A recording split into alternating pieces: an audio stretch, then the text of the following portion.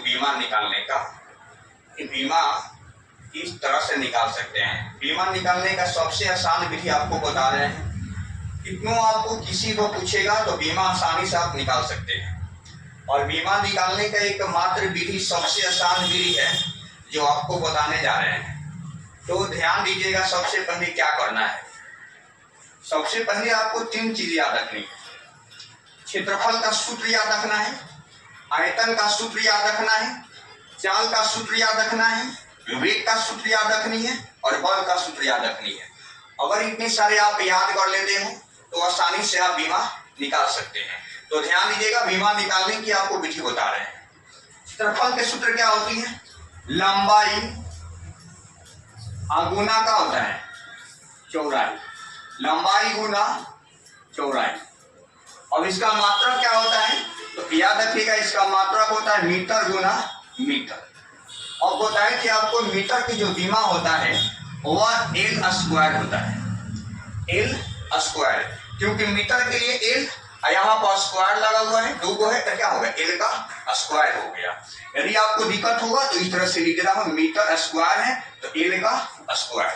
अब आयतन की बात करते हैं तो आयतन के लिए फॉर्मूला होता है लंबाई गुना चौड़ाई गुना ऊंचाई।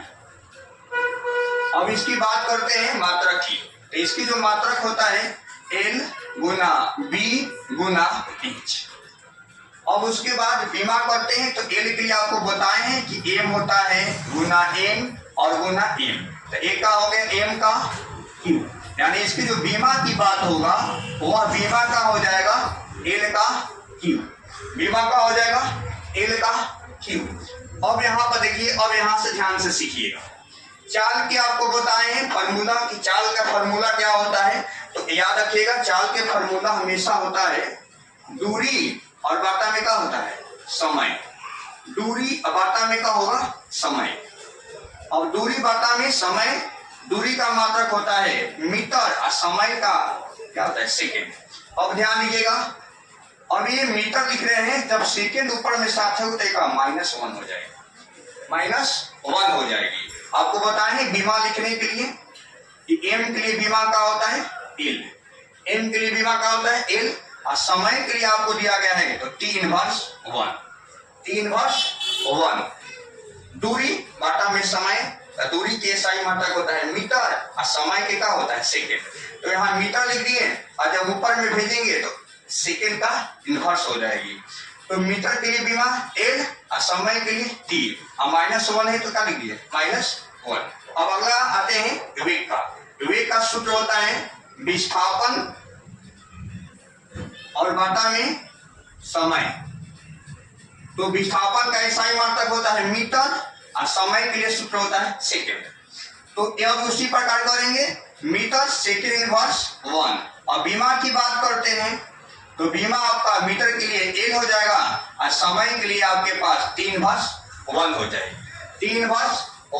हमेशा ये आपको पेपर में पूछता है, हमेशा परीक्षा में आएगा कि बल का बीमा क्या होती है। तो आपको आसान तरीका से बता रहे हैं कि बल के बीमा कैसे निकाल सकते हैं।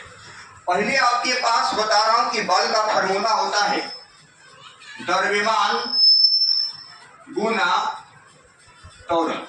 ये आपको फॉर्मूला है द्रव्यमान गुना त्वरण, यानी F बराबर m गुना a।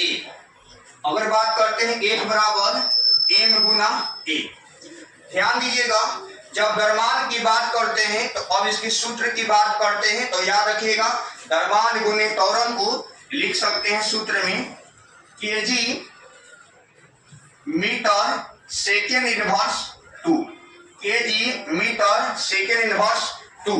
अब देखिए, kg को हम लोग लिख सकते हैं k के लिए, बीमा की बात करते हैं तो ध्यान से लीजिएगा, kg के लिए m और मीटर के लिए आपके पास एल की बात करते हैं और समय के लिए यहाँ पर माइनस है तो क्या हो गया? mLt-2, mLt-2। ये जो हमेशा आपका पेपर में पूछता है, सबसे आसान तरीका ये आपकी बीमा निकालने के